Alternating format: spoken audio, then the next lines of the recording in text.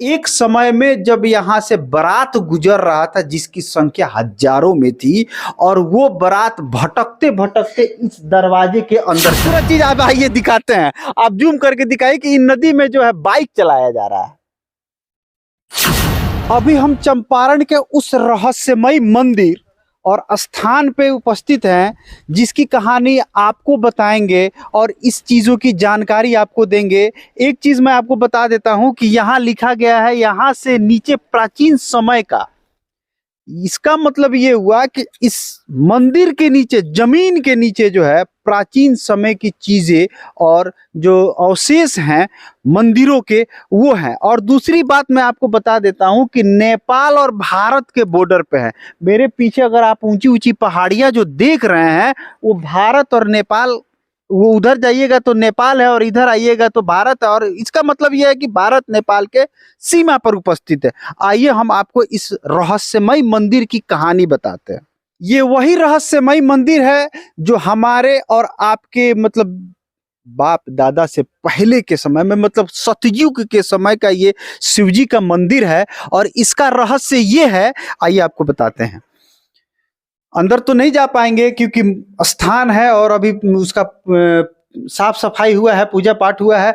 आप सभी इसका दर्शन भी कर लीजिए। जो ये शिवलिंग है वो बहुत ही पुराना शिवलिंग है और उस शिवलिंग के पीछे जो आप दरवाजा देख रहे हैं, जूम करके दिखा दीजिए कि जो शिवलिंग से पीछे का दरवाजा जो आप देख रहे हैं, जहाँ पे महादेव जी का एक चित्र बना है, उसके नीचे वो जो दरवाजा है, इसका रहस्य ये है कि जो यहाँ के लोग बताते हैं, जो कहानियों में सुनने में आया है, सुनाया जाता है कि एक समय में जब यहाँ से बारात गुजर रहा था जिसकी संख्या हजारों में थी और वो बारात भटकते भटकते इस दरवाजे के अंदर चला गया और वो बारात आज तक वापस नहीं आया। उसके बाद बहुत सारे वैज्ञानिक और बहुत सारे लोग इसको खोजने का प्रयास किए कि ये सुरंग आखिर जाता है तो कहाँ जाता है। तो वो लोग भी इस सुरंग के अंदर गए और जाने के बाद फिर से वापस नहीं आए, जिसके चलते इसकी सूचना सरकार को मिली और सरकार ने इस दरवाजे को मोटे पत्थरों से जो है वो चुनवा दी है और बंद करवा दी है, क्योंकि जान बहुत कीमती है। और ये जो भी जाने अंदर गई हैं, जो भी लोग अंदर गए हैं, वो आज तक वापस नहीं आए हैं। ये इस मंदिर का इतिहास है। लेकिन मेरा ये कहना है कि अभी तक इस मंदिर पे सरकार की नजर क्यों नहीं पड़ी, ये सोचने वाली। बगल में जो ये चौड़ी सी आप जमीन देख रहे हैं, ये जमीन नहीं है, ये नदी है।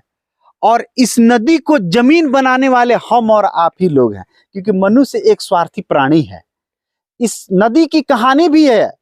जिस प्रकार से ये सोफा मंदिर, इस मंदिर का नाम है सोफा मंदिर, जिस प्रकार से इस सोफा मंदिर की कहानी है उसी प्रकार से इस नदी की भी कहानी है। लोग कहते हैं कि इन नदियों में पहले, आज से कई सौ वर्ष पहले कहिए या कुछ वर्षों पहले कहिए, इन नदियों में सोना मिला करता था।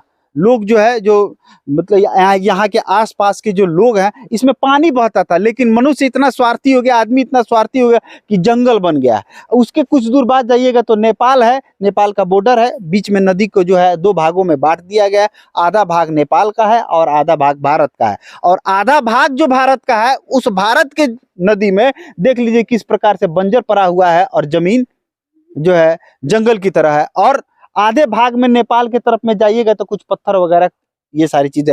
और सबसे खूबसूरत चीज आप आइए दिखाते हैं। आप जूम करके दिखाइए कि इन नदी में जो है बाइक चलाया जा रहा है। हम इस कदर बदल चुके हैं कि नदी को जो है बंजर बना दिया गया है और इस बंजर जमीन पे लोग जो है बाइक चला रहे हैं।